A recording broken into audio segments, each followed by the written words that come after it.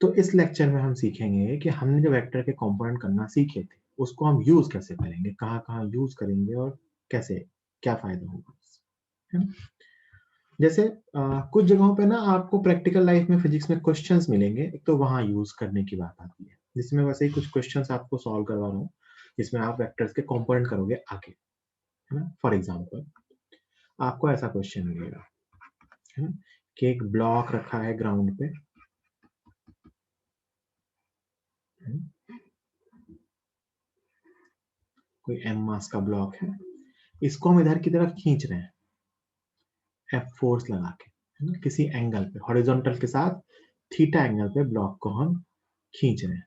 तो आपसे पूछेंगे right the horizontal and vertical component of the force, right the horizontal and vertical component of the force. अब यहाँ ना ध्यान से सुनना मेरी बात, यहाँ ना कहीं भी एक्स एक्सिस वाई एक्सिस दी नहीं होगी, बट आपको बाय डिफॉल्ट पता है कि हॉरिजॉन्टल और वर्टिकल एक दूसरे के परपेंडिकुलर होते हैं, मतलब this direction is horizontal and this direction is vertical. तो हमें इसके अलोंग ही इस फोर्स के कंपोनेंट करने हैं। तो बेटा अगर मैं इसको एक्स एक्सिस की तरह मानूं, तो देखो इसके साथ एंगल थीटा है, तो ये कंपोनेंट आएगा एफ कॉस थीटा, जिस डायरेक्शन के साथ थीटा उस पे कॉस थीटा, और इसके परपेंडिकुलर इस तरफ कितना आएगा एफ साइन थीटा, है ना? तो मैं पूछूं कि जो एफ फोर्स थीटा एंगल पे लग रहा है, इसका हॉरिजॉन्टल कंपोनेंट कितना है, तो आप कहोगे एफ कॉस थीटा, और मैं कहूँ इसका वर्टिकल कंपोनेंट कितना है, तो आप कहोगे एफ साइन थीटा। ऐसा क्यों किया? हम क्या करेंगे ना, बॉडी पे जितने भी फोर्सेस लगेंगे सबको ऐसे ही परपेंडिकुलर दो डायरेक्शन में बांट लेंगे, या तो हॉरिजॉन्टल वर्टिकल या एक्स एक्सिस वाई एक्सिस में। तो वो सारे फोर्सेस जो मिलेंगे मुझे या तो पैरेलल मिलेंगे या एंटी पैरेलल मिलेंगे या एक दूसरे के परपेंडिकुलर मिलेंगे, तो उनको सिंप्लीफाई करना बहुत ही आसान हो जाता है। जैसे मैं एक और क्वेश्चन देता हूँ, ऐसा ही कि मान लो एक कोई पार्टिकल दिया होगा, उसमें कुछ फोर्सेस ड्रॉ कर रहा हूँ। एक फोर्स इस तरफ है हॉरिजॉन्टल में F1, ये मान लेते हैं 10 न्यूटन का फोर्स। एक फोर्स इस तरफ है F2, ये मान लेते हैं 50 न्यूटन का फोर्स है, ये एंगल 53 डिग्री है। और एक फोर्स है F3, ये कुछ इधर है ना, और ये एंगल है 37 डिग्री है? और ये F3 जो है ना, ये कुछ 100 न्यूटन का फोर्स, ये तीन फोर्स दिए हुए हैं। अब मैं आपसे पूछूं ऐसा क्वेश्चन कि find net force on the body, ध्यान से सुनना मेरी बात, मैं ही सॉल्व कर रहा हूँ। Find net force on the body, आपको सॉल्व करने के लिए होमवर्क में दूंगा, अभी आप समझो मैं क्या सिखा रहा हूँ। Find net force on the body, भाई एक तो मेथड जो अपन ने इन तीनों वेक्टर को ऐड करने का सीखा है, वो है ट्रायंगल लॉ या पैरेललोग्राम लॉ, या फिर अपन कहेंगे कि तीन वेक्टर है तो मुझे पॉलीगन लॉ लगाना पड़ेगा, तो मैं तीनों को शिफ्ट करूंगा, फिर उनके बीच में पहले दो को ऐड करूंगा, फिर उनका रिजल्टेंट निकालूंगा, फिर उस रिजल्टेंट को तीसरे के साथ ऐड करूंगा और आंसर आएगा, बिल्कुल आ जाएगा, लेकिन बहुत मेहनत लगेगी, है ना, बहुत मेहनत लगेगी। दूसरा तरीका, है ना, जब तक कुछ ना कहा जाए अपन इस डायग्राम को देख के यहाँ सोच सकते हैं कि मैं मान सकता हूँ कि एक डायरेक्शन ये है एक्स डायरेक्शन, और एक डायरेक्शन ये है वाई डायरेक्शन। एक्सिस सिस्टम अपने मन से अपन मान सकते हैं, बस 90 डिग्री पे मानना, एक्स और वाई, है ना। ये मैंने इन दोनों फोर्सेस को लिख लिया, है ना, एक्स डायरेक्शन और वाई डायरेक्शन। अब मैं क्या करता हूँ कि फोर्सेस को कंपोनेंट फॉर्म में लिखता हूँ, कि पहला फोर्स जो है F1 जो मुझे दिख रहा है 10 न्यूटन है एक्स की तरफ, इसको मैं 10 आई कैप लिख सकता हूँ। क्या लिख सकता हूँ? 10 आई कैप। दूसरा फोर्स जो F2 है, जो 50 न्यूटन का फोर्स है 53 डिग्री पे, इसको मैं कंपोनेंट फॉर्म में लिखूं तो इसको मैं लिखूंगा बेटा 50 cos 53 आई कैप प्लस 50 sin 53 जे कैप, आई कैप और जे कैप की फॉर्म में, है ना, 50 cos 53 आई कैप और 50 sin 53 जे कैप। मतलब cos 53 की वैल्यू 3/5, तो इधर की तरफ 30 न्यूटन, सॉरी 30 आई कैप प्लस 40 जे कैप, और फिर मैं लिखूं F3 कितना होगा, तो F3 वैसे ही 100 cos 37, 100 cos 37 माइनस आई कैप, और जे कैप भी माइनस है, प्लस 100 sin 37 माइनस जे कैप। वैल्यू निकालो, cos 37 की वैल्यू कितनी होती है 4/5, तो ये आ गया -80 आई कैप माइनस 60 जे कैप, है ना। तो अब मैंने क्या किया, इन तीनों फोर्सेस को वेक्टर की फॉर्म में ब्रेक कर लिया। मतलब देखना ध्यान से, ये जो F2 फोर्स है, इसको अगर मैं हटा दूं तो this F2 is equivalent to इधर की तरफ 30 और इधर की तरफ 40। This F250 is equal to this 30 and this 40, and this F3 it is equal to, अगर मैं मान लो इस F3 को हटा दूं तो इसकी जगह इधर 80 और नीचे 60, है ना। अब देखो, कंपोनेंट करने के बाद जो भी फोर्स बचे वो या तो x के लॉन्ग है या तो y के लॉन्ग है ना। मतलब या तो आपस में पैरेलल एंटी पैरेलल है या फिर पूरे पूरे ही परपेंडिकुलर है। अब मैं अगर x के लॉन्ग पूरा सम करूं तो बेटा x के लॉन्ग देखना, इधर 80 है और इधर 30 और 10 40 है, तो इधर 80 इधर 40, तो जब इनको मैं सम करूंगा तो इधर की तरफ आएगा 40 न्यूटन, है ना। और जब ऊपर नीचे सम करूंगा तो ऊपर 40 और नीचे 60, तो नीचे की तरफ आएगा 20 न्यूटन। तो जो इन तीनों फोर्सेस का रिजल्टेंट है वो है लेफ्ट की तरफ 40 और इधर की तरफ 20। आप वेक्टर फॉर्म में इन तीनों को भी ऐड करोगे तो वही आएगा। देखो ध्यान से, मैंने यहाँ भी क्या किया, x वालों को एक साथ सॉल्व किया, y वालों को एक साथ, तो वही आपको इनको सम करने में भी करना है। कि आपको पता चला कि ये है 10 आई कैप, ये है 30 आई कैप प्लस 40 जे कैप, और ये है -80 आई कैप प्लस 60 जे कैप। तो आप आई कैप वालों को एक साथ ऐड करो तो 10 आई कैप प्लस 30 आई कैप -80 आई कैप।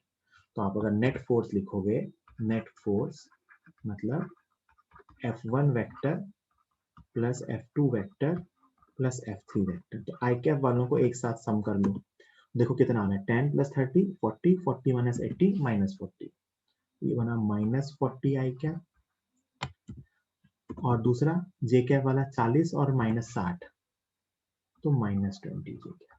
देखो नेट फोर्स क्या आया, 40 आई कैप -10, -40 आई कैप और -20 जे कैप, ये वाला 40 मतलब रिजल्टेंट कुछ इस तरफ आएगा नेट फोर्स। और नेट फोर्स की वैल्यू आएगी बेटा F net is equal to √1600 plus 400 मतलब √2000 मतलब 20√5 न्यूटन। ये ना ट्रायंगल लॉ पैरेललोग्राम लॉ से इतनी आसानी से नहीं आता, है ना। देखो यहाँ कितनी आसानी से आ गया। आपको सिर्फ क्या करने थे, वेक्टर को कंपोनेंट करके एक्स और वाई में ब्रेक करने थे। तीनों वेक्टर को आपने कंपोनेंट फॉर्म में लिख दिया। अब एक बार कंपोनेंट फॉर्म में लिख दिया तो ऐड करना बहुत आसान है। जब एक्स वालों को ऐड करेंगे तो सिर्फ एक्स वालों को ऐड करेंगे, मतलब इसका एक्स कंपोनेंट प्लस इसका एक्स कंपोनेंट प्लस इसका एक्स कंपोनेंट। फिर वाई वालों को ऐड करेंगे तो सिर्फ वाई वालों को। ऐसा क्यों करेंगे ये मैंने आपको डायग्राम में समझाया कि मैंने इस 50 को लिखा इधर 30 प्लस इधर 40, मैंने इस 100 को लिखा, ये 100 मतलब ये 80 और ये 60। अब अगर x की तरफ फोर्सेस सोचो तो ये 10 था ये 30 था, तो ये 40 माइनस 80, तो -40 इधर की तरफ। और इन दोनों को सॉल्व करो y वाले के लॉन्ग, तो ऊपर 40 नीचे 60, तो नीचे की तरफ 20। तो नेट क्या बचा, सिर्फ ये, और ये दोनों आपस में 90 डिग्री पे, 90 डिग्री पे दो फोर्स आ गए तो इनका रिजल्टेंट निकालना आसान होता है। इधर की तरफ आ जाएगा √40² प्लस 20²। कंपोनेंट फॉर्म में देखो लिखने से क्या फायदा हुआ कि इनका रिजल्टेंट निकालना कितना सिंपल हो गया, है ना। कि मैं सिंपल कहूंगा इनका रिजल्टेंट क्या होगा तो आप कहोगे सर इनको वेक्टर फॉर्म में लिख लेंगे, और वेक्टर फॉर्म में लिख के अपन सीधा इनको ऐड कर लेंगे। जैसे आपने कल होमवर्क में क्वेश्चन किया था, वो जो मैंने डिस्प्लेसमेंट वाला सवाल कराया था, शायद वो 12 13 और कुछ ऐसा करके था। जैसे मान लो यही मैं दे दूं, है ना, कि एक पार्टिकल मूव्स 20 मीटर ईस्ट,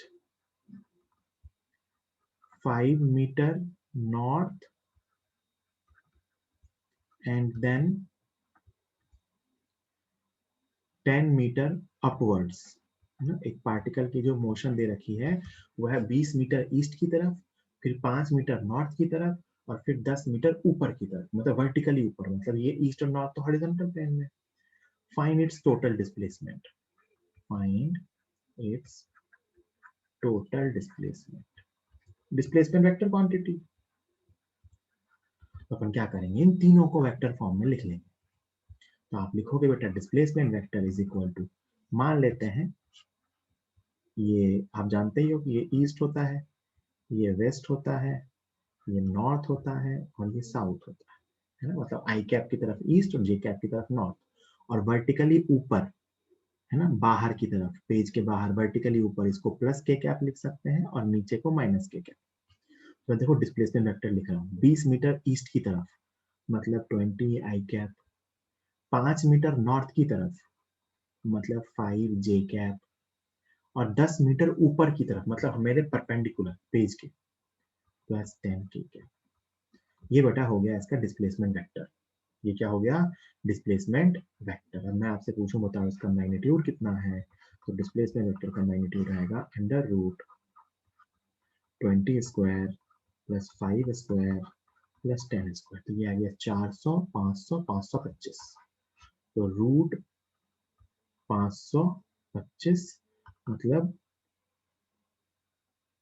5√21 शायद आएगा, 5√21। तो ये फायदा है, ऐसे अगर कल को मुझे डिस्प्लेसमेंट या फोर्स कुछ डिफरेंट डिफरेंट पार्ट्स में दिए हुए हैं, मैं सबको वेक्टर फॉर्म में लिख के ऐड कर सकता हूँ। This is the one of the types of application है ना। जल्दी से इसको नोट कीजिए, कोई डाउट हो तो अनम्यूट करके।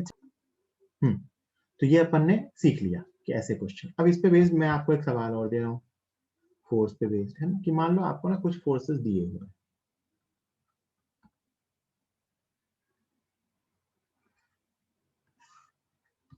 ये एक्स है ये वाई है, एक फोर्स इस तरफ दिया हुआ है 100 न्यूटन का 37 डिग्री पे, और एक फोर्स इस तरफ दिया हुआ है, ये है 50 न्यूटन का, और ये एंगल 53 डिग्री है। हाँ आसान है, 53 डिग्री है ना। ये दो फोर्स आपको दिए हुए सवाल में, 37 डिग्री और 53 डिग्री के एंगल्स में। तो आपसे क्वेश्चन क्या पूछा है, सुनना ध्यान से। Find minimum magnitude and direction of the third force, तीसरा फोर्स जो हम लगाएंगे, such that sum of these three forces, three force मतलब जो दो दिए हुए हैं और जो एक एक्स्ट्रा लगाएंगे, such that the sum of these three forces is only along y direction. Find the minimum magnitude and direction of the third force such that sum of these forces is only along y direction. है solve कीजिए और बताइए, जो लिखा हुआ है सामने अपनी बुद्धि लगानी है क्वेश्चन में क्या पूछा है। तीसरा फोर्स का मैग्नीट्यूड और डायरेक्शन क्या होना चाहिए कि जो इन तीनों फोर्स का रिजल्टेंट हो वो सिर्फ पॉजिटिव वाई डायरेक्शन में बचे।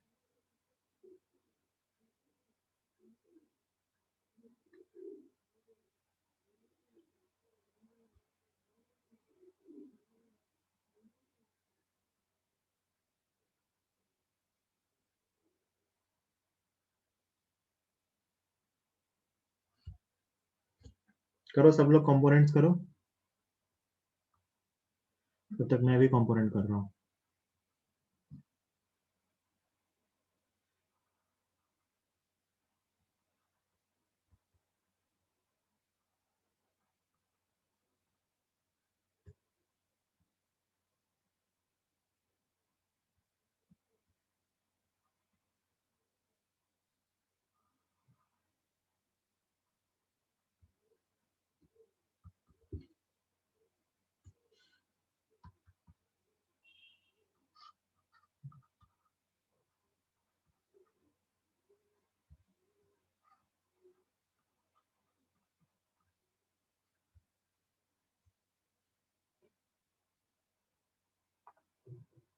ठीक है, हाँ, तो ये आंसर सही है आपका।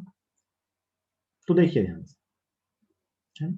मैंने क्या किया, पहले तो जो दो फोर्स दिए थे ना उनको कंपोनेंट कर लिए, है ना, कंपोनेंट करना मैं आपको सिखा चुका हूँ।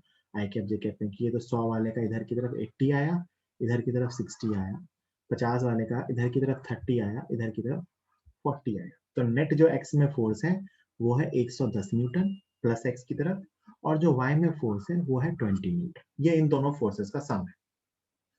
जो दो फोर्सेस आपको दिए हुए हैं, ये मैंने अगर इनको कंपोनेंट फॉर्म में लिख के ऐड करूं तो इन दोनों का जो रिजल्टेंट है वो है एक्स के लॉन्ग 110 न्यूटन और वाई के लॉन्ग 20 न्यूटन।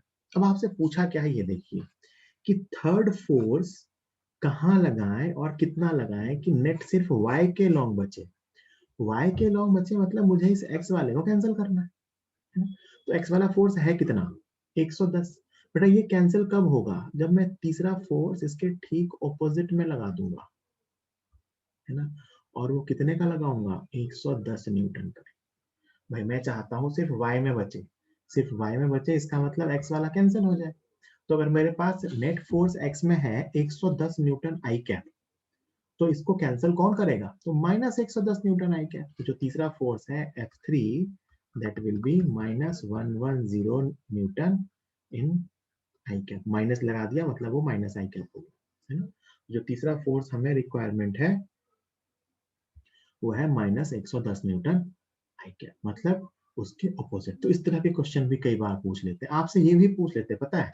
मैं आपसे पूछूं ना कि F1 प्लस F2, ये एक सवाल हो गया, है ना। इसका एक दूसरा पार्ट भी पूछते हैं कई बार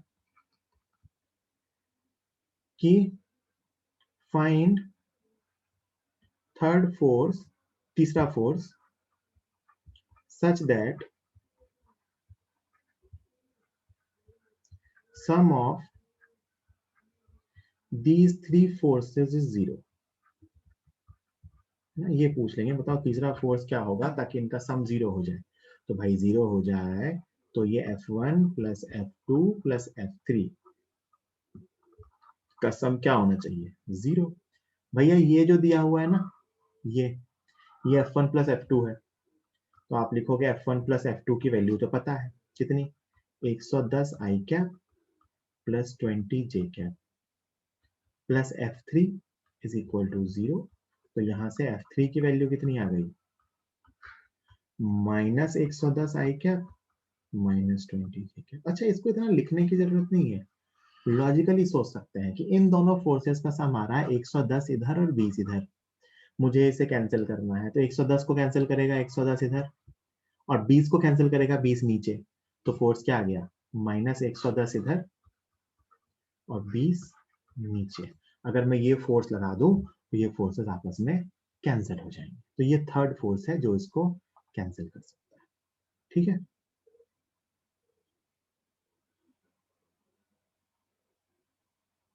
माइनस 60 जे कहां से आया,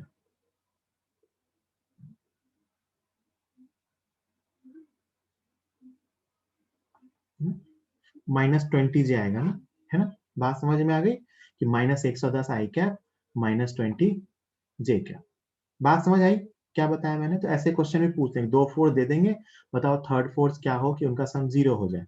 तो कुछ भी नहीं करना है, कंपोनेंट करके उनके सम को जीरो कर देना, तीसरा फोर्स आ जाएगा। बाकी के फोर्सेस का जो सम आएगा तीसरा उसके ऑपोजिट आएगा। जल्दी से इसको नोट कीजिए, फिर ऐसा एक क्वेश्चन आपको दूंगा सॉल्व करने,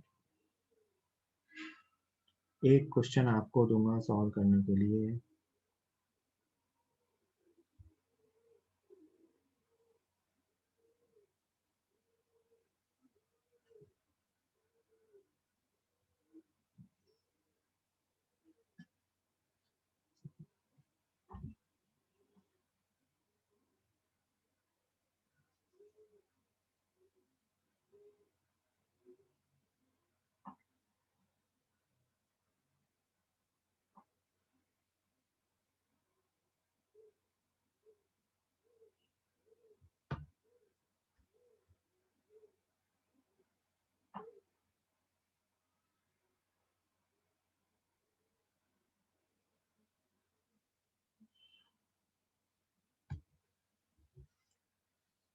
20 सेकेंड और दे रहा हूं, लिख लीजिए फटाफट।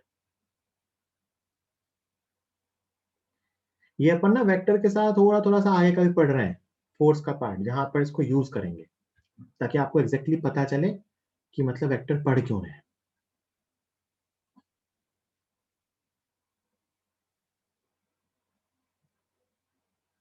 ठीक, चलो अब एक क्वेश्चन दे रहा हूं आपको, फिर अपन मैं आगे बताऊंगा और कहाँ कहाँ इसको कैसे कैसे यूज करते हैं। कि एक बॉडी है, इस पे लगने वाले कुछ फोर्सेस आपको दिखा रखे हैं, है ना। एक फोर्स इस तरफ है 50√2 न्यूटन का, 45 डिग्री पे है। एक फोर्स इस तरफ है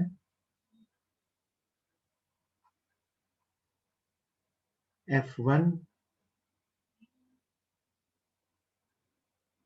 और एक फोर्स इस तरफ है F2, और एक फोर्स इस तरफ भी है 20 न्यूटन का। दो फोर्स, चार फोर्स है, दो की वैल्यू दे रखी है और दो फोर्स अननोन है। तो आपसे पूछा है फाइंड F1 एंड F2, जो डायग्राम में आपको दिखा रखे हैं, such that net force is zero, such that net force is zero। Simple question है, जल्दी बताइए।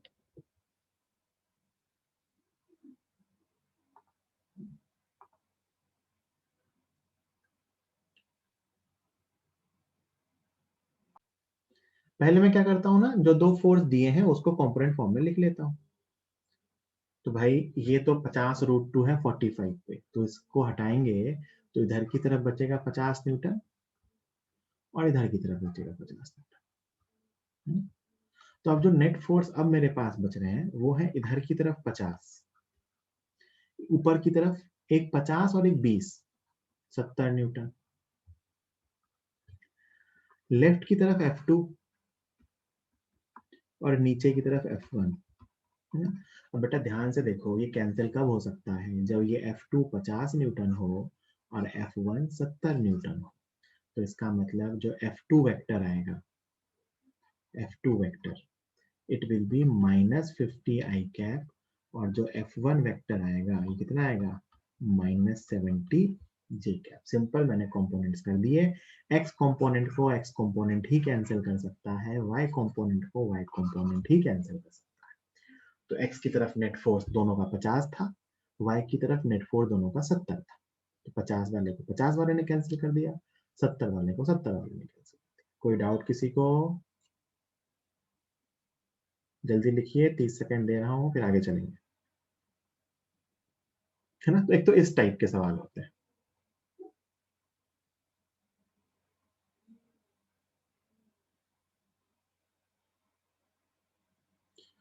जल्दी नोट कीजिए।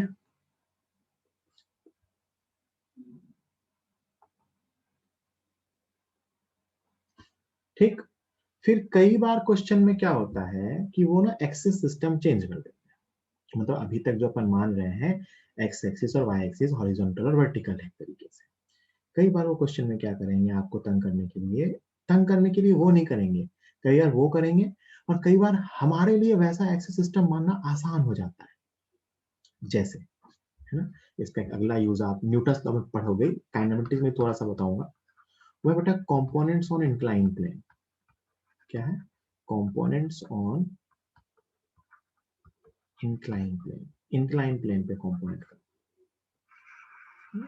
कई बार क्वेश्चन में क्या होगा ना, आपको एक इंक्लाइन प्लेन दिया होगा। इंक्लाइन प्लेन मतलब ऐसा, ये जमीन है और यहाँ के ऊपर एक प्लेन ऐसा है, थीटा एंगल, और मान लो इसके ऊपर एक ब्लॉक है। ध्यान से सुनना मेरी बात, इसके ऊपर एक ब्लॉक है ना? और इस पे कुछ फोर्स लग रहा है। मान लेते हैं इधर की तरफ एक फोर्स लग रहा है वर्टिकली नीचे, है ना। हॉरिजॉन्टल डायरेक्शन ये है, this is horizontal direction and this is vertical direction, horizontal vertical. तो वर्टिकली नीचे एक एंगल फोर्स लग रहा है 100 न्यूटन का। आपको कहा जाता है इस फोर्स को कंपोनेंट करो, है ना। अब सुनना, एक तो ये वर्टिकल में है ही, तो बहुत लो डरने की जरूरत नहीं होती है, बट इंक्लाइन प्लेन में मोस्ट ऑफ द क्वेश्चंस में आसान रहता है कंपोनेंट्स करना along the incline, सुनना ध्यान से, along the incline and perpendicular to incline। कैसा आसान रहता है करना? इंक्लाइन प्लेन के along और इंक्लाइन प्लेन के परपेंडिकुलर, मतलब एक्सिस सिस्टम चेंज कर देते हैं। कैसे चेंज करते हैं? एक एक्सिस ये मान लेते हैं, this is perpendicular to incline, और एक एक्सिस ये मान लेते हैं, दिस इज along इंक्लाइन। मैंने एक्सिस सिस्टम नया मान लिया, है ना? क्यों माना? कई बार क्वेश्चन में दिया होगा कि ऐसे एक्सिस मान लो, अदरवाइज अपन क्वेश्चन करेंगे तो ऐसे करके क्वेश्चन करना आसान हो जाएगा। तो मैं आपको सिर्फ कंपोनेंट करना सिखा रहा हूँ इंक्लाइन प्लेन। तो इंक्लाइन प्लेन पे मोस्टली एक्सिस सिस्टम कैसा मानते हैं? इंक्लाइन के अलोंग और इंक्लाइन के परपेंडिकुलर। और बेटा प्लेन के अलोंग और प्लेन के परपेंडिकुलर ये आपस में 90 डिग्री पे होंगे। So these are rectangular components. ये मान लो आपकी एक्स एक्सिस है और ये आपकी वाई एक्सिस है ना? थीटा मान लेते हैं कुछ 37 डिग्री, है ना? तो आपको कहना है कि भाई अब इस फोर्स को कंपोनेंट फॉर्म में लिखो, है ना? मैं अभी आई कैप जे कैप के साथ लिखूंगा, कल को फिर नहीं लिखूंगा। अब देखना ध्यान से, ये एंगल 37 है, ये यहाँ 90 बनेगा, तो ये एंगल कितना होगा? 53 डिग्री। तो ये एंगल कितना होगा? 37 डिग्री, है ना? इस वर्टिकल लाइन को अगर मैं नीचे बढ़ाऊंगा तो ये 90 डिग्री बनाएगा, तो ये 37, तो ये 53, तो ये 37। तो जब मैं इसके कंपोनेंट करने जाऊंगा तो ये कंपोनेंट परपेंडिकुलर टू इंक्लाइन ये आएगा 100 cos 37, और ये आएगा इधर की तरफ 100 sin 37। This is along the incline component and perpendicular to incline component। और ये बहुत काम आता है आगे। आगे आप देखोगे ऐसा कंपोनेंट करने से क्वेश्चन बहुत आसान बन जाता है। और जो मैंने एक्स वाई डिनोट किया है उसके अकॉर्डिंग ये 100 cos 37 कितना होगा भैया? 100 इंटू 4/5, मतलब ये हो गया 80 न्यूटन, और ये हो गया 60 न्यूटन। तो अगर मैं इस फोर्स को वेक्टर फॉर्म में लिखूं तो this force is equivalent to i cap में -60 आई कैप और -80 जे कैप।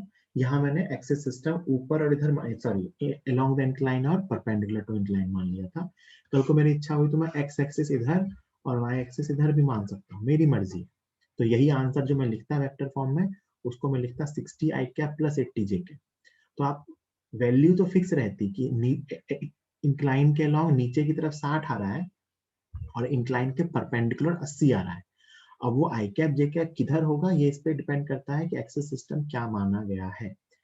अच्छा, जब न्यूटन्स लॉ वगैरह में आगे सवाल करेंगे मैं फिजिक्स में, तो वहाँ एक्सिस सिस्टम बहुत इंपॉर्टेंट नहीं रह जाता। वहाँ सिर्फ ये इंपॉर्टेंट रहता है कि आप जो कंपोनेंट कर रहे हो वो परपेंडिकुलर होने चाहिए, है ना? तो यहाँ आपको मैंने मान लो एक्सिस सिस्टम ड्रॉ करके दे दिया और मैंने आपसे कहा कंपोनेंट कीजिए, है ना? तो आप इसको नोट कीजिए, तब तक मैं नीचे ऐसा ही एक और क्वेश्चन लिख रहा हूँ जिसमें कंपोनेंट आपको करके लिख के बताना है। ऐसा ही एक मैं इंक्लाइन प्लेन का क्वेश्चन लिख रहा हूँ जिसमें कंपोनेंट आपको करके बताना है।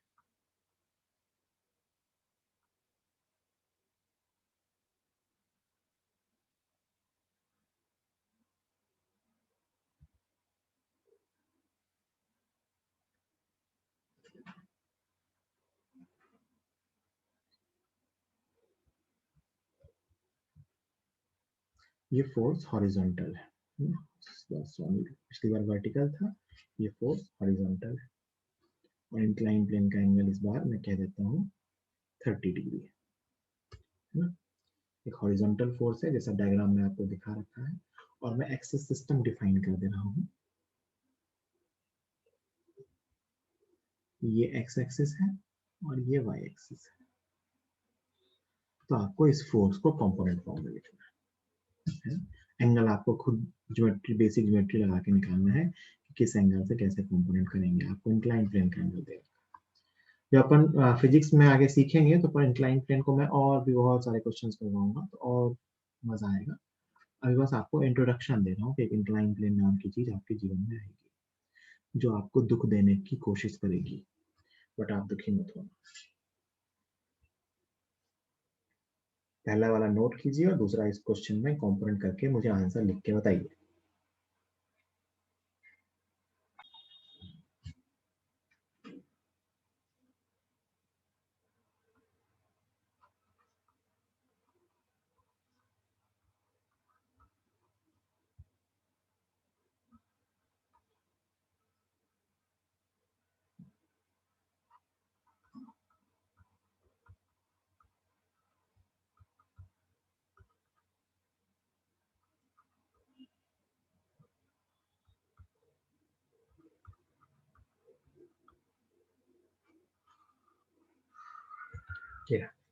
हाँ, जिन दो लोगों ने लिखा है उन दोनों का आंसर सही था, षष्ठी और प्रियांशु का। 50√3 आई कैप माइनस 50 जे कैप, ये एंगल 30 था, तो ये 30, तो ये 30। कैसे हुआ भाई? पैरेलल लाइन से ना, ऐसा सोच। एंगल निकालने में थोड़ी सी कई बार समस्या आती है इंक्लाइन प्लेन में, चिंता मत करो, जब आगे खूब उसके क्वेश्चन आने लगेंगे तो अपन वहां खूब प्रैक्टिस कर लेंगे, आपको दिक्कत नहीं है। अभी बस मैं इंट्रोड्यूस कर रहा हूँ, परेशान मत हो।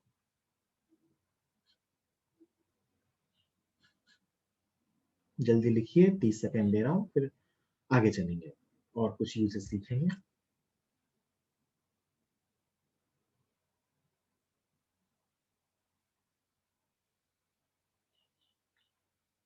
इंक्लाइन प्लेन के लॉन्ग, ध्यान ये रखना है कि इंक्लाइन प्लेन में मोस्टली जो आगे कंपोनेंट्स होंगे तो अलोंग द इंक्लाइन और परपेंडिकुलर टू द इंक्लाइन होंगे, है ना। तो ये यूज हुआ कि हमें प्रैक्टिकल लाइफ में कंपोनेंट कैसे कैसे करने को मिलते हैं। तो प्रैक्टिकल लाइफ में इंक्लाइन प्लेन पे कंपोनेंट मिलते हैं, है ना, या फिर इक्विलिब्रियम बेस्ड सवाल आते हैं, या फिर आपके को ऐसा डिस्प्लेसमेंट बेस्ड क्वेश्चंस आते हैं कि जहां आपको डिस्प्लेसमेंट नेट डिस्प्लेसमेंट निकालना होता है, या फिर आपसे ये कहा जाता है कि कंपोनेंट्स हॉरिजॉन्टल वर्टिकल कीजिए, है ना। ये सब इस तरह के यूजेस है। फिर क्या है ना, अब देखो मैं सिंपल सिंपल लिख के बता रहा हूँ कि अगर वेक्टर आपने को कंपोनेंट फॉर्म में दिया हो तो उनके जो ऑपरेशंस थे, मतलब ऐड और सब्ट्रैक्ट करना, ये बहुत आसान हो जाता है सब कुछ, है ना। मान लो आपको एक वेक्टर दिया हुआ है बेटा, A vector is equal to 2i cap minus 3j cap plus 4k cap, है ना। क्वेश्चन है एक तरीके से, तो आपसे पूछा गया है फाइंड 2a वेक्टर। क्या पूछा गया है? Find 2a vector. तो आप क्या करोगे? आप कहोगे सर इसको 2 से मल्टीप्लाई कर देंगे। तो 2 से किसको मल्टीप्लाई करेंगे? तो जब मैंने कहा था एक वेक्टर को कांस्टेंट से मल्टीप्लाई करते हैं, तो आप ऐसा कहोगे सर उसके तीनों कंपोनेंट को 2 से मल्टीप्लाई कर देंगे। तो 2a vector will be is equal to 2 into 2i cap, बस a वेक्टर को मल्टीप्लाई कर, कितना बन गया? 4i cap minus 6j cap plus 8k cap. तो अगर वेक्टर इस फॉर्म में दिया हो और उसको हमें किसी कांस्टेंट से मल्टीप्लाई करने को कहा जाए, तो उसके तीनों कंपोनेंट्स उसी कांस्टेंट से मल्टीप्लाई हो जाते हैं, है ना। सिंपल सी बात है, ठीक। और कहाँ कहाँ यूज होंगे कि मान लो आपसे कहा जाए भाई ये ए वेक्टर है, ये मैंने आपको सिखा दिया वैसे, है ना, कि 2i cap minus 3j cap plus 4k cap, और एक दो मैं आपको बी वेक्टर, ये कहूँ मैं आपको माइनस आई कैप प्लस जे कैप प्लस 3k कैप। अब बेटा मैं आपसे पूछूं फाइंड पहला ए वेक्टर प्लस बी वेक्टर, इनका रिजल्टेंट निकालो। तो आपको कैसे सिखाया मैंने कि जब वेक्टर्स को सम करना होता है तो उनके एक्स कंपोनेंट में एक्स कंपोनेंट सम करो, वाई कंपोनेंट में वाई सम करो, जेड में जेड सम करो। कितना आएगा? 2 एक्स कंपोनेंट पहले का, दूसरे का -1, तो 2 minus 1 I cap plus -3 plus 1 J cap plus 4 plus 3k cap. जब वेक्टर्स को सम करते हैं तो कंपोनेंट्स फॉर्म में सम करना इतना सिंपल होता है कि सबके एक्स कंपोनेंट का सम अलग, वाई का सम अलग, जेड का सम अलग। तो देखो कितना आ गया, I cap minus 2j cap plus 7k cap. मतलब सीधा ऐड कर रहा है, जैसे आपने बचपन में सीखा है कि 2 माइनस 1 2, माइनस 3 प्लस 1 -2, 4 प्लस 3 7। मैं आपसे पूछूं ना ए वेक्टर माइनस बी वेक्टर बताइए, है ना। क्या करोगे? इसमें इसको माइनस करोगे, तो ये 2 माइनस -1, तो 3 आई क्या, 3 माइनस 1 माइनस 4j क्या, 4 माइनस 3 प्लस k क्या। तो ऐसे कंपोनेंट फॉर्म में ऐड सब्ट्रैक्ट करना बहुत सिंपल होता है। सिंपल, एक्स कंपोनेंट में एक्स कंपोनेंट, वाई कंपोनेंट में वाई कंपोनेंट, z कंपोनेंट में z कंपोनेंट। तो अगर वेक्टर हमारे पास कंपोनेंट फॉर्म में दिया हो तो it is very easy to add और सब्ट्रैक्ट देम। जल्दी से इस स्क्रीन को लिखिए, मैं 1 मिनट दे रहा हूँ लिखने के लिए, फिर मैं आपको इसका एक क्वेश्चन दूंगा। कोई डाउट हो तो जल्दी लिखें सब लोग। मतलब कंपोनेंट फॉर्म में लिखने के बाद ना सिर्फ प्लस माइनस करना बचता है सही सही साइन के साथ, और कुछ नहीं बचता था सवाल में। इसीलिए वेक्टर को कंपोनेंट फॉर्म में लिखते हैं, पूरी कहानी आसान हो जाती है। 10 सेकेंड और है। एक क्वेश्चन दे रहा हूँ ऐसा ऐड सब्ट्रैक्ट करने का, वो आपको करना है, फिर आगे और चीजें बताऊंगा। ये क्वेश्चन कीजिए, क्या आपसे कहा गया है A vector is equal to 2i cap minus j cap, B vector is equal to i cap plus 3k cap. मतलब पहले में k कैप नहीं है, दूसरे में j कैप नहीं है। Find 2a cap sorry 2a minus 3b। Find 2a minus 3b। इसकी वैल्यू आपको बतानी है वेक्टर फॉर्म में, चैट बॉक्स में लिख के सब लोगों को। इसकी वैल्यू सब लोगों को चैट बॉक्स में लिख के बतानी है कि अगर a वेक्टर पता है, b वेक्टर पता है, तो 2a माइनस 3b को क्या लिख सकते हैं, बताइए।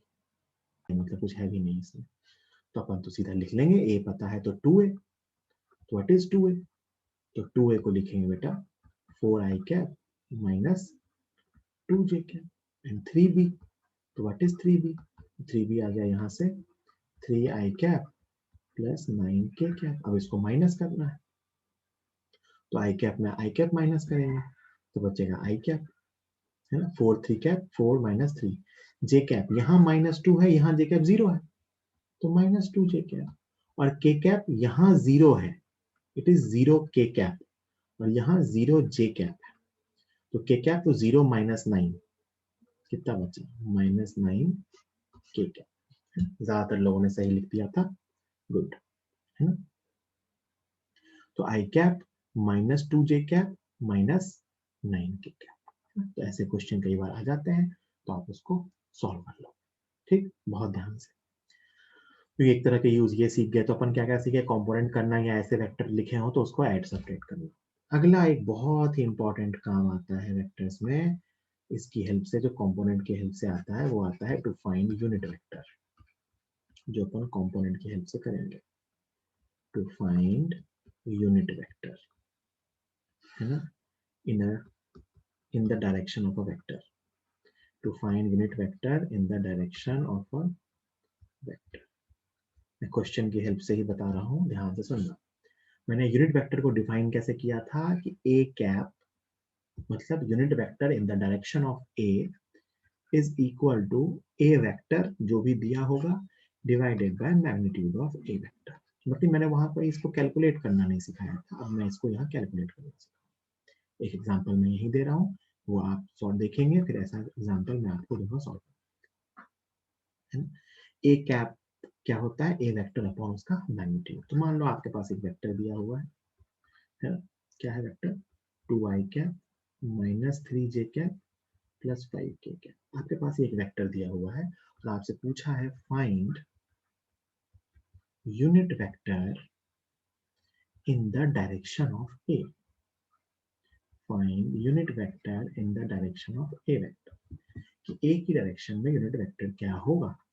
तो आप जानते हो ए वेक्टर की डायरेक्शन में यूनिट वेक्टर को कहते हैं A cap, and it is defined as A upon mod A. बेटा ए तो आपके पास लिखा हुआ है ऊपर,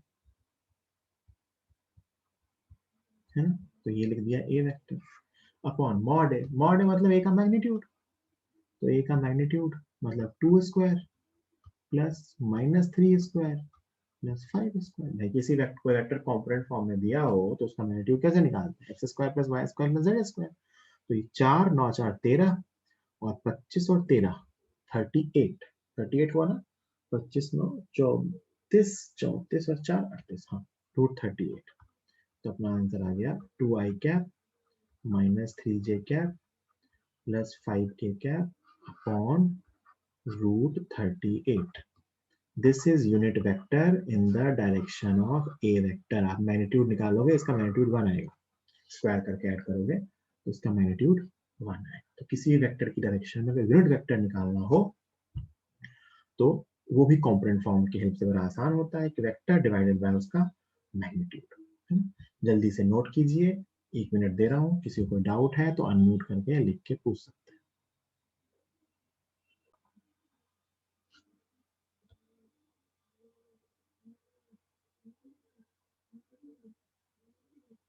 जल्दी से नोट कीजिए।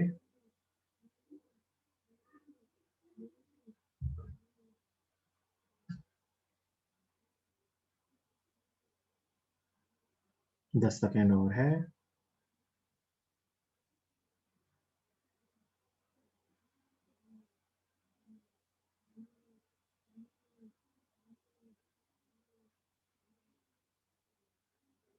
चलिए, क्वेश्चन मैं आपको दे रहा हूं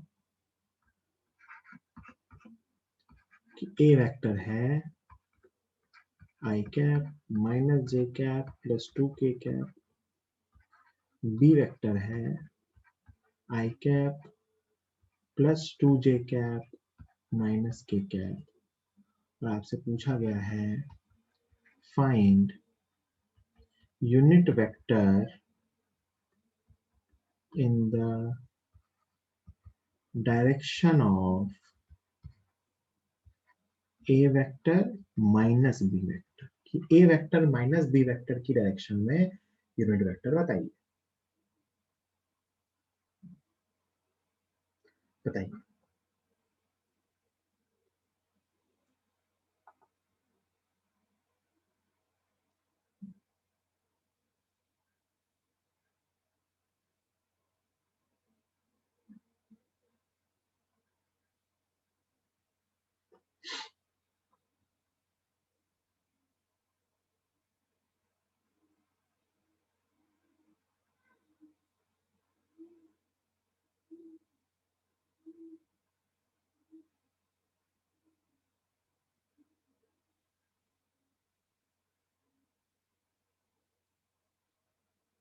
हाँ प्रियांशु, सही है, गुड, है ना। जो पूछा गया है वो कर देते हैं। तो पूछा क्या है कि a माइनस बी की डायरेक्शन में यूनिट वेक्टर बताना है ना। सबसे पहले तो मैं a vector minus b vector calculate कर लेता हूँ। इसको कुछ c वेक्टर मान लेना, है ना। a माइनस बी को कुछ मान लेते हैं c है। कितना आएगा, आई कैप में से आई कैप गया, कैंसिल हो गया, तो J cap minus 2j cap minus 3j cap और 2k cap minus minus k cap, तो कितना हो गया, प्लस 3k कैप। ये अपना c वेक्टर है ना, जिसको मैं a माइनस बी को c लिख लिया। तो अब c कैप लिखता हूँ, तो c cap is c vector upon divided by c। तो minus 3j cap plus 3k cap upon इसका मैग्नीट्यूड, तो under root 9 plus 9 root 18, so it is minus 3j cap plus 3k cap upon root 18। Root 18 को मैं लिखूंगा 9 into 2, that is 3 root 2। ऊपर नीचे 3 cancel होगा, तो बचेगा minus J cap plus k cap by root 2। This is the answer, minus J cap plus k cap by root 2। हाँ बिल्कुल, विकास अभी भी गलत है ना, मैंने लिख दिया आंसर, मैच कर लो, है ना। माइनस जे cap plus k cap upon root 2। जल्दी नोट कीजिए, 30 सेकेंड दे रहा हूँ, फिर आगे चलेंगे।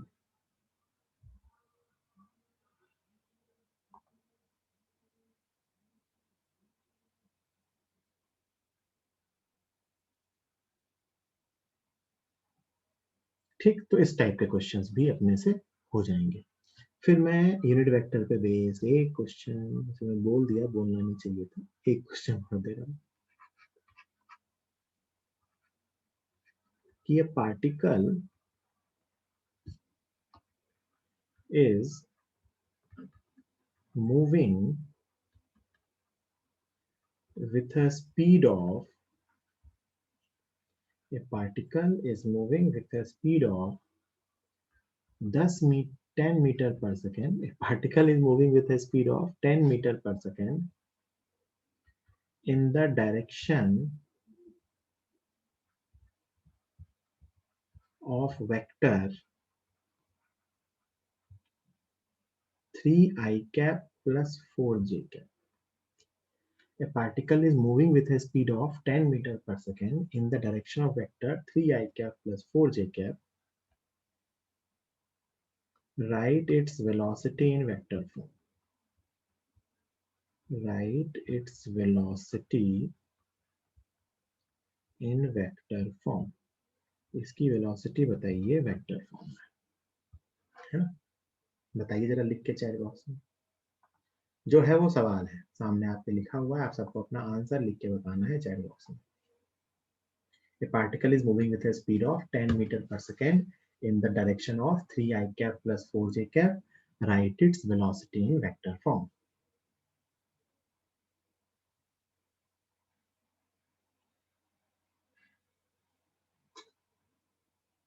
Velocity is a vector quantity. It has magnitude as well as direction. Good, Priyanshu. Good.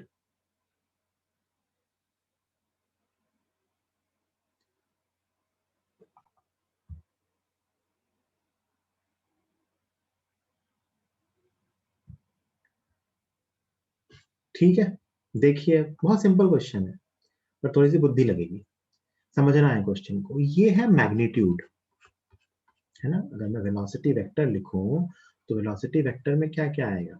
एक तो मैग्नीट्यूड जो है 10, और साथ में डायरेक्शन वेक्टर। हाँ, सस्टीव होने का सबका आंसर सही है, बढ़िया। साथ में मुझे लिखना होगा यूनिट वेक्टर, जो क्या दिखाएगा बेटा? Direction. This is for direction and this is for magnitude, है ना? वेक्टर में दो चीजें होती हैं, मैग्नीट्यूड और डायरेक्शन। तो मैग्नीट्यूड तो पता है, डायरेक्शन यूनिट वेक्टर से मिलती है। This is not a unit vector. Unit vector वो होता है जिसका मैग्नीट्यूड 1 हो, इसका मैग्नीट्यूड अभी 5 है ना? युक्ता, आपने मैग्नीट्यूड गलत निकाला है, इसका मैग्नीट्यूड 7 नहीं होगा, 3 + 4, है ना? रूट करके निकालते हैं मैग्नीट्यूड, ठीक है? तो इसका 10 इंटू यूनिट वेक्टर निकाल रहा हूँ। Unit vector is 3 I cap plus 4 j cap upon under root 3 square plus 4 square which is 5। ये सॉल्व हो क्या आएगा? 5 से 2 टाइम वो कैंसिल होगा, 6 I cap plus 8 j cap. याद रखना, डायरेक्शन, कभी भी किसी डायरेक्शन में कोई पार्टिकुलर मैग्नीट्यूड का वेक्टर बताना हो तो मैग्नीट्यूड को यूनिट वेक्टर से मल्टीप्लाई करते हैं। तो पहले अपने को यूनिट वेक्टर निकालना पड़ा, फिर अपन ने उसको यूनिट वेक्टर से मल्टीप्लाई किया। ठीक, जल्दी नोट कीजिए, 30 सेकंड दे रहा हूं, फिर उसके बाद में अगले यूज पे होगा।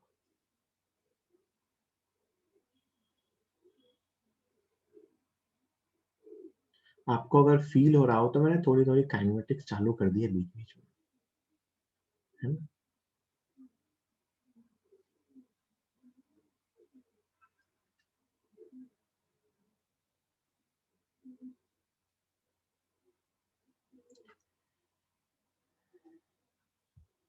ठीक है, चलिए। फिर कई बार ना क्वेश्चन में क्या होता है, एक टर्म लिखी होती है, इसको अपन आगे डिटेल में काइनेमेटिक्स में फिर से पढ़ेंगे, बट आपको जो होमवर्क दूंगा उसमें इसका एक क्वेश्चन है, वो है पोजीशन वेक्टर। क्या है? Position vector. बहुत सिंपल सी चीज है कि अगर बेटा मैं कहूँ ना कि कोऑर्डिनेट सिस्टम में या अपने कोऑर्डिनेट सिस्टम में कोई पार्टिकल यहाँ है, कोई पॉइंट यहाँ है जिसके कोऑर्डिनेट्स हैं कुछ x, y, z, और ये अपना ओरिजिन है। ओरिजिन मतलब 0, 0, 0। तो यहाँ से इसको मिलाने वाला जो वेक्टर होता है, this is known as position vector, है ना? r लिख रहा हूं मैं, इसको r सिंबल से लिखते हैं। तो r वेक्टर को, पोजीशन वेक्टर का सिंबल क्या होता है? r vector. और जब तक कुछ ना कहा जाए तब तक वो ओरिजिन के रिस्पेक्ट में लिखा जाता है ना? तो r is position vector of point p with respect to origin. और आप इस r वेक्टर को इस पार्टिकुलर डायग्राम में कैसे लिख सकते हो? तो आप लिखोगे बेटा x I cap plus y j cap plus z k cap. ये क्या लिखा हुआ है? पोजीशन वेक्टर, मतलब वो किस पोजीशन पे है उसको वेक्टर फॉर्म में, position vector of point p with respect to origin. Origin के रिस्पेक्ट में उस पॉइंट p का पोजीशन वेक्टर की p की ऑरिजिन के रिस्पेक्ट में वो पॉइंट कहाँ है। जैसे मैं आपसे कल को बोलूं कि एक पार्टिकल जो है उसके कोऑर्डिनेट्स हैं ए पॉइंट पे 2,3,4, तो find its position vector. Find its position vector, तो बिल्कुल सिंपल है कि उसका पोजीशन वेक्टर आएगा ए पॉइंट का 2i cap plus 3j cap plus 4k cap. बिल्कुल वही लॉजिक है कि x में 2, y में 3, z में 4। This is the meaning of position vector, कि वो सिस्टम में कहाँ है। तो this is the position vector of particle with respect to origin. जल्दी नोट कीजिए।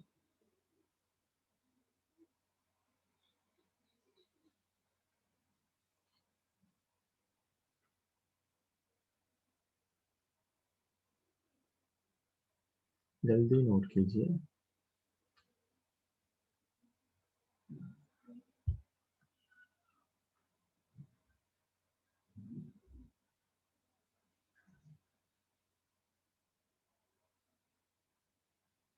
है ना, पोजीशन वेक्टर ऐसे फॉर्म में लिखा हो। ठीक, आई होप सबने लिख लिया होगा। फिर कई बार ना क्वेश्चन में डिस्प्लेसमेंट वेक्टर पूछते हैं। What is displacement? Displacement is change in position. Displacement is change in position. तो अभी मान लो आपको काइनेटिक्स की बात नहीं पता, तो आपको दिया हुआ है कि if we know that displacement vector is change in position vector, this is displacement vector, s is displacement, r final मतलब final position, r initial मतलब initial position। कि आपको मान लो कहा गया है कि डिस्प्लेसमेंट वेक्टर जो है वो final position minus initial position define किया गया है। आपसे कहा गया है पार्टिकल मूव्स फ्रॉम 2, -3, 1 टू -1, 1, 1। एक पार्टिकल इस पॉइंट से इस पॉइंट तक जाता है। Find its displacement vector. क्या पूछा है? Find its displacement vector. Find its displacement vector. बताइए जल्दी से कि अगर एक पार्टिकल इस पॉइंट से इस पॉइंट तक जाता है तो उसका डिस्प्लेसमेंट वेक्टर क्या होगा?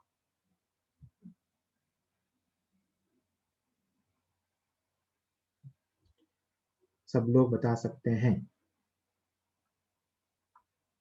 तब तक मैं भी लिख रहा हूं। सब लोग खुद से बताएंगे लेकिन।